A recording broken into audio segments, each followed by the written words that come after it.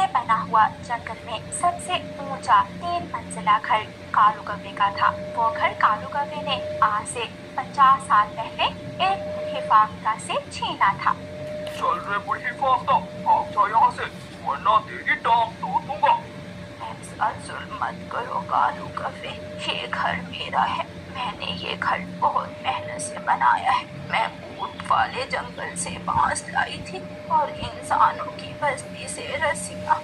मैंने एक बार कहा, ये घर छोड़ो और यहाँ से भाग जाओ वरना तुम्हारे पाँव काट कर तुम्हें लकड़ी कर दूंगा। नाना कालू कव्वे, ऐसा जुल्म मत करना। मैं जा रही हूँ, तुम संभालो ये घर। लेकिन अब कालू कव्वा पहले जैसा जवान नहीं रहा था। कालू कव्वा अब बूढ़ा हो चुका था। वो अपने घर के बाहर बैठा ठंडी हवा का आनंद ले रहा था। कालू कव्वे की पत्नी गोरी कव्वी पिछली बारिश में गुजर चुकी थी। कालू कव्वे के 3 बेटे थे। कालू कव्वे ने तीनों की शादी कर दी थी।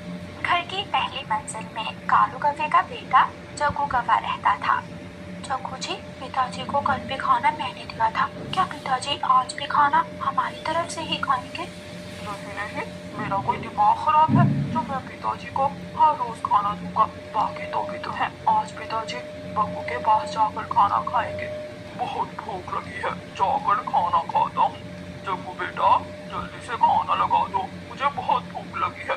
इससे पहले कि जग्गू कुछ बोलता, जग्गू की पत्नी पिंकी कव्वी जल्दी से बोलती है, पिताजी आज आपकी ऊपर वाली बहू ने दाल चावल बनाए हैं। आपको दाल चावल बहुत पसंद है, जाकर दाल चावल खा लें।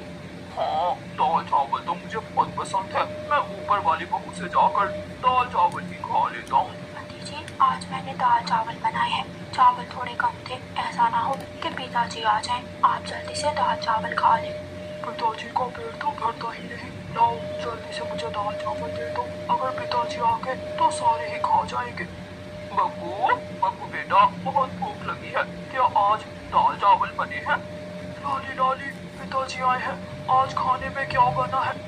बैंगन बनाए हैं पिताजी, आप बैठे, मैं अभी ला कर देती हूँ। बैंगन? नहीं, मैं बैंगन तो नहीं खाऊंगा। मुझे तो नीचे वाली बहू ने बताया था कि ऊपर दाल चावल बने हैं। पिताजी, आपको सुनने में गलती लगी होगी। दाल चावल तो आज चिट्टे भाई ने बनाए हैं। बहुत मुश्किल है, सीढ़ियाँ चढ़ना बहुत मुश्किल है। अब इस उम्र में खाना खाने के लिए मुझे कभी ऊपर तो कभी नीचे जाना पड़ता है।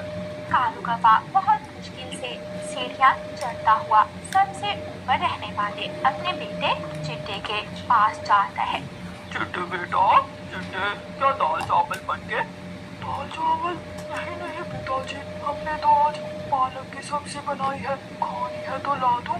पीछे ही चिट्टे की पत्नी जल्दी से बोलती है, भतीजी, ससुर जी को बता दें कि पालक तो खत्म हो गई। डिब्बे में अचार पड़ा है, अगर कहे तो मैं अचार से रोटी ला देती हूँ।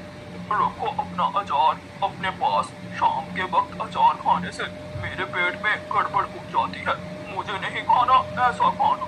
कालू कव्वा जैसे सीढ़ियाँ चढ़कर ऊपर गया था, ऐसे ही सीढ़ियाँ चढ़कर उतरता हुआ सबसे नीचे वाले पोर्शन में आकर अपने टूटे फूटे घोंसले में लेट जाता है। गोरी, जिस दिन से तू मुझे छोड़कर गई है, मैंने ढंग से खाना भी नहीं खाया। 3 बेटे हैं मेरे, लेकिन कोई भी मेरी बात नहीं सुनता। आज फिर भूखा सो रहा हूँ। जिन बेटों के लिए मैंने सारी जिंदगी दुख उठाए, दूसरों पर जुल्म किए, आज वही बेटे मेरी बात नहीं सुन रहे। कालू कव्वा थोड़ी देर घोंसले में लेटता है और फिर बाहर निकल जाता है। चिड़िया, रानू चिड़िया, दरवाजा खोलो, मैं हूँ कालू कव्वा।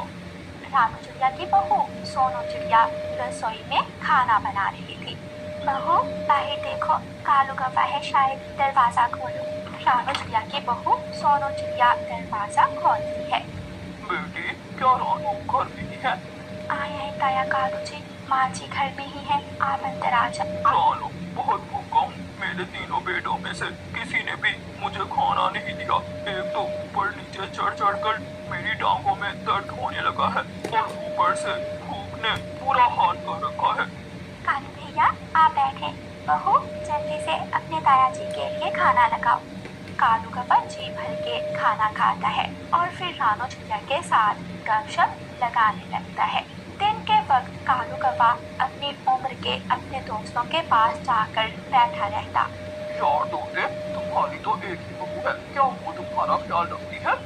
हाँ कालू, मेरी बहू तो मेरा बहुत ख्याल रखती है। यार मेरी तीन बहुएं हैं, लेकिन कोई भी मुझे खाना देने के लिए तैयार नहीं।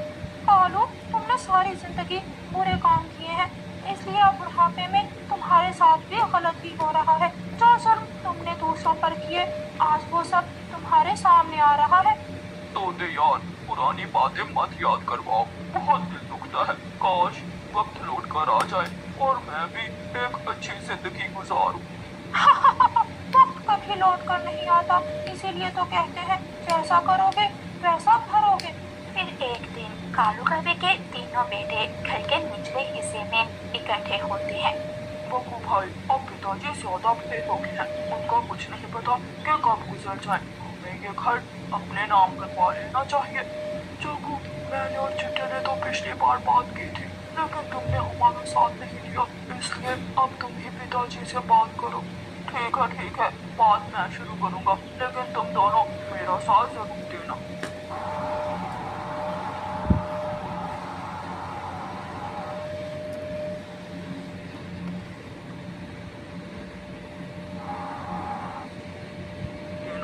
रात हो जाती है। कालू कौवे के तीनों बेटे घर के नीचे वाले हिस्से में बैठे अपने पिताजी का इंतजार कर रहे थे। कहीं पिताजी को कुछ हो तो नहीं क्या? पिताजी अभी तक घर क्यों नहीं आए? अब तक तो उन्हें आ जाना चाहिए था। पिताजी अच्छे भले हैं, अभी उन्हें कुछ नहीं होने वाला। वो इस वक्त रानो चिड़िया के पास जाते हैं, जरूर वो रानो चिड़िया के घर में ही होंगे। चार चिट्टे, जाओ तो पिताजी को बुला कर लाओ, मुझे नींद आ रही है, पिताजी से बात करके सोना भी है। फिर कालू कौवे का सबसे बड़ा बेटा चिट्टा रानो चिड़िया के घर जाता है। पिताजी, आप यहाँ बैठे हैं और हम तीनों भाई घर में आपका इंतजार कर रहे हैं। क्यों? क्या हुआ? क्या कोई काम था? कालू भाई, लगता है आज आपके बेटों ने आपके लिए कुछ खास बनाया है, जाए जल्दी से जाकर खा ले। नहीं, घर में खाना तो खत्म हो गया, खाना बस इतना ही था जो हम तीनों भाइयों ने खा लिया। पिताजी, हमने आपसे एक बात करनी है, बस इसीलिए हम आपका इंतजार कर रहे थे। करो, जो बात करनी है यहाँ ही कर लो। नहीं पिताजी, वो बात सबके सामने करने वाली नहीं, आप मेरे साथ घर चलिए। पिताजी, बात मैं कर रहा हूँ, लेकिन मेरे पीछे जग्गू और चिट्टा भी है। हम सब ने मिलकर मशवरा किया है कि आप ये घर हमारे नाम लगवा दें। क्या कहा? मैं ये घर आपके नाम लगवा दूं? वो क्यों भाई? अगर घर तुम्हारे नाम लगवा दिया तो मैं कहाँ जाऊँगा? पहले तुम मुझे खाना नहीं देते हो और फिर तो मुझे घर से ही निकाल दोगे। नहीं पिताजी, हम ऐसे नहीं है। चले, मैं आपको आज दाल चावल खिलाता हूँ। नहीं चाहिए मुझे तुम्हारे दाल चावल, रखो अपने पास। फिर बड़ा बेटा चिट्टा जल्दी से बोलता है।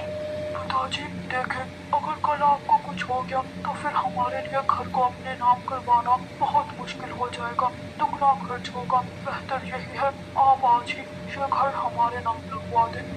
ऐसा सपने में भी मत सोचना, जब तक मैं जिंदा हूँ मैं ये घर किसी को नहीं देने वाला। ये घर मेरा है और मेरा ही रहेगा। हाँ, तुम जब तक चाहो इस घर में रह सकते हो, क्योंकि तुम तीनों मेरे बेटे हो। अगले दिन कालू कौवा सुबह सवेरे ही अपने घर से निकल जाता है। कालू कौवे का छोटा बेटा जग्गू और उसकी पत्नी पिंकी नदी किनारे बैठे बातें कर रहे थे। जग्गू जी, आपको तो पता है मेरा भाई सरकारी अफसर है। मैंने भाई से बात की थी, लेकिन उसके लिए हमें पिताजी को ठिकाने लगाना होगा। पिंकी, क्या मतलब? मैं तुम्हारी बात समझा नहीं।